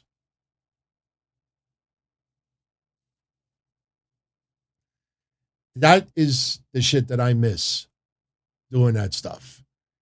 And too bad the audio quality wasn't good. See, at that time, I was pathetic, horrendous. Didn't pay attention to where the microphone was, so you get the attention, and I talked too long. That could have been done in half the time. But I figured I'd share. We'll lighten up the mood before we exit, because we're almost at the 2-hour mark. So we're going to start to wrap this up. And yeah, so I figured I'd share. I got more, but not for tonight. I think we're going to start wrapping up. We're at the 2-hour mark. So before we go, just a couple of final super chats for tonight. AS7607, yes, I did get your super chat earlier with the bird. And you're definitely not a bitch. Do not take it personal with that bird. So, but thank you very much. I hope you're doing better. Seriously. Bob the Builder. Big fan, DT. Do I think UFC has surpassed WWE? Man, that is so hard to really explain, because UFC and WWE, although similar in the type of entertainment, it's two totally different mediums. Two totally different mediums. You know, look at UFC's net worth. I mean, obviously they kill it in the pay-per-view department. I don't compare UFC to WWE. Let me tell you something. When Nick Khan said that everybody is a competitor to WWE, I truly believe that. Anything that takes money away from WWE in the entertainment department, especially if it, goes, makes people choose one or the other, that's competition. UFC is more of, when you think of UFC, you think of the fighting. You don't think of individual fighters other than maybe some legends from yesteryear more than anything. I am not a fan of UFC. UFC, when their individual events are definitely bigger than WWE's, with the exception of WrestleMania and maybe SummerSlam or something else. It's two total different mediums. I mean, WWE is the more popular name. It is the more widely accepted name. It is the name that people will go to more than anything. Shout out to Gavon Lewis. Much love, my friend. Thank you for the super chat. So I don't compare the two. UFC with their events, they definitely will make more money than WWE, but it's not episodic television. It's not an ongoing soap opera. It's not storytelling. I mean, UFC does have its share of storytelling, but it's based on, a real life fight. And that's the thing. You imagine doing a real hardcore storyline on TV, and then you build up a fighter and then he gets his ass kicked. Man, that screws up the storyline badly. So I think UFC in a lot of ways is bigger than WWE as far as their events go. But as far as widely popular or accepted, as far as the entertainment aspect, I think WWE is bigger. So, yeah, I don't like comparing wrestling to MMA. I don't think it's fair. I mean, obviously, because they're both fighting. One is simulated violence and the other one is not. But it's really, really different. I never got into MMA. I was never a fan of MMA. I would get a little drip once in a while where I'll watch a little something. I was curious with Ronda Rousey early on. CM Punk, when wrestlers ventured into MMA, it always caught my eye. But I never really became a fan of it. Never really did. Oh, Anthony Alston. This is awesome, man. Did I ever get friendly with Tony Lewis? Sure. Strictly ECW. He had the hotline. See, Anthony says he was the ECW van that helped spearhead the petition to get ECW's first pay-per-view back. Absolutely. He had Strictly ECW there was like a hotline. And Tony Lewis was a huge ECW fan. In fact, I still remember when Paul Heyman made the announcement that ECW was going to have its pay-per-view. Was it May 13th, 1997? It was around that time. He made sure to give some credit to Tony Lewis. Tony Lewis, I absolutely remember him. I wonder whatever happened to him. I mean, I'm not going to lie. I haven't talked to him in a long time. I might have communicated with him early on, like in the late 90s, but really have not talked to him at all. And Kavan, thank you for the super chat. Better 2 years, AEW 2019 to 2021 or ECW 95 to 97.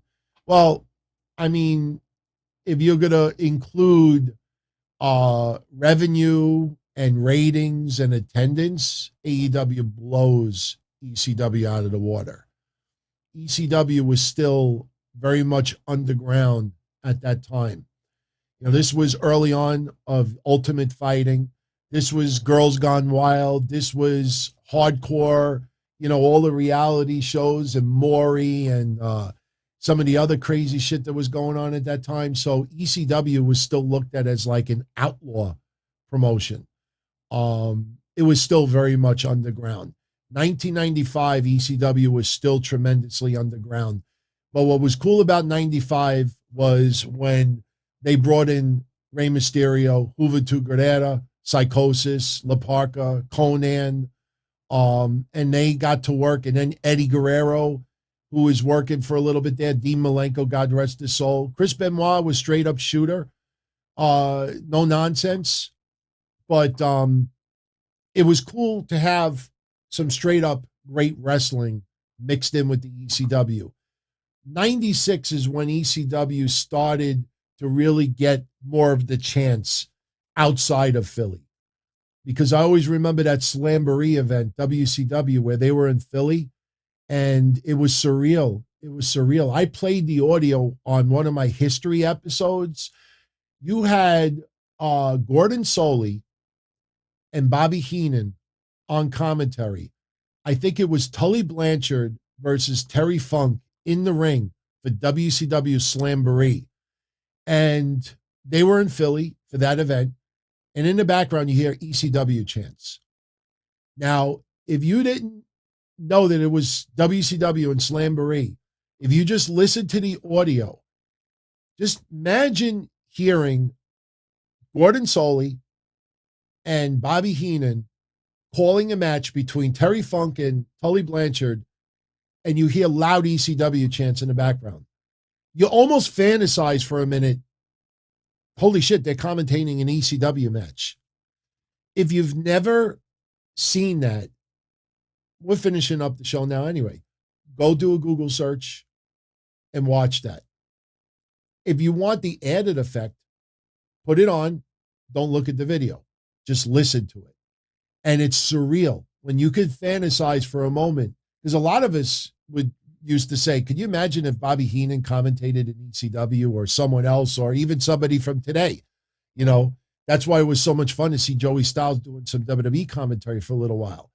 It was awesome when he came in with XPW for a cup of coffee. Hell, I think he did a little MLW as well.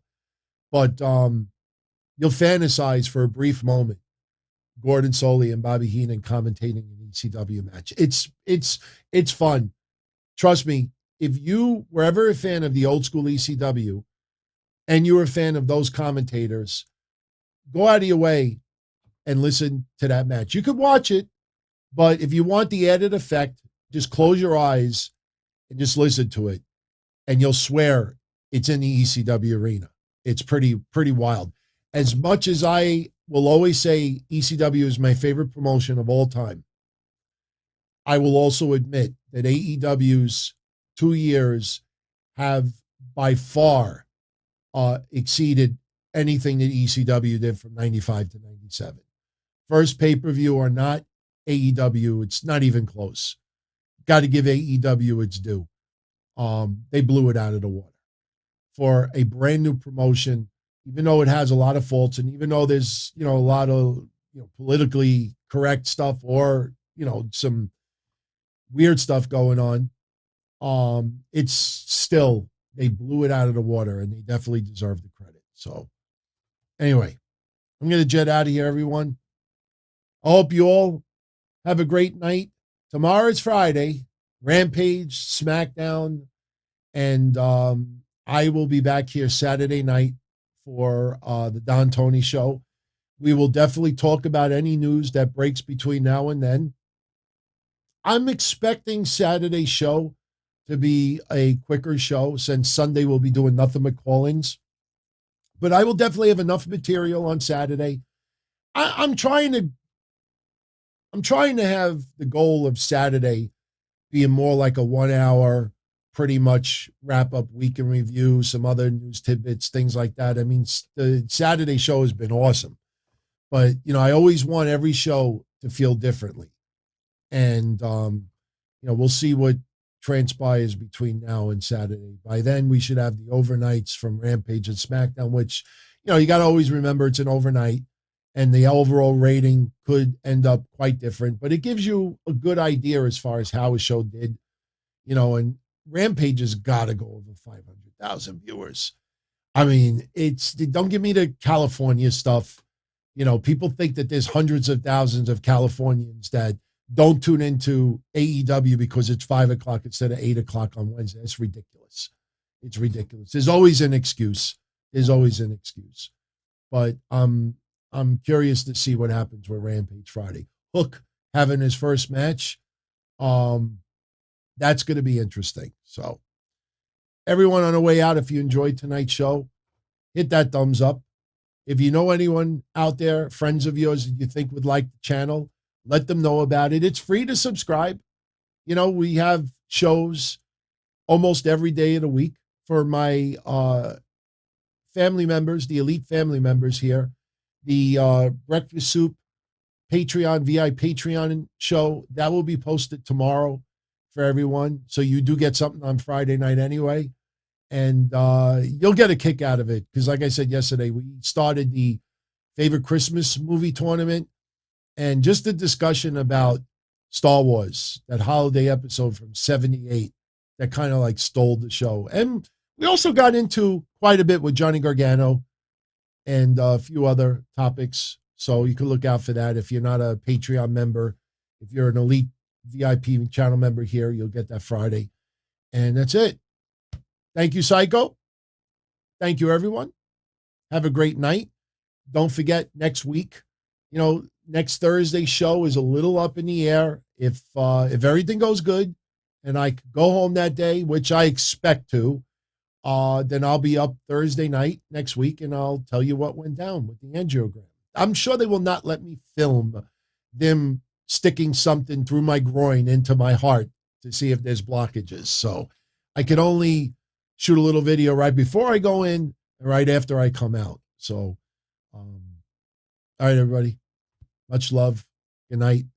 And I will see you all Saturday night at 8:05. Early night. Saturday, 8:05? Yeah, Saturday, 8:05. Wow. I completely forgot. 8 o'clock. Good. Night, everybody. As far back as I can remember, I always wanted to be a podcaster. For me to live any other way was nuts. To me, those goody-good people who worked shitty jobs for bum paychecks and took the subway to work every day and worried about their bills were dead. I mean, they were suckers. They had no balls. If I wanted something, I just took it. I ran everything. I paid the bills. I paid the host. I even paid the masked maniac. Everybody had their hands out. Everything was for the taking. We always called each other good fellas. You would always hear from somebody. You're gonna like Don Tony. He's all right. He's a good fella. He's one of us. But if you're part of my crew, nobody ever tells you they're gonna get rid of you. It doesn't happen that way.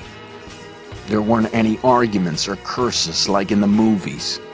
See, your haters come with smiles. They come as your friends, the people who've claimed they care the most for your life. And now, Now that's all over. And that's the best part. Today everything is different. There's lots of action. I don't have to wait around for everything like everyone else. Oh, I didn't get the vaccine? Fuck you, vaccine me. Oh, your delivery guy has COVID? Fuck you, feed me. Right after I moved here, I ordered egg noodles and ketchup, and I got spaghetti with meat sauce. I'm no longer an average nobody, while they get to live the rest of their lives like a bunch of schnooks.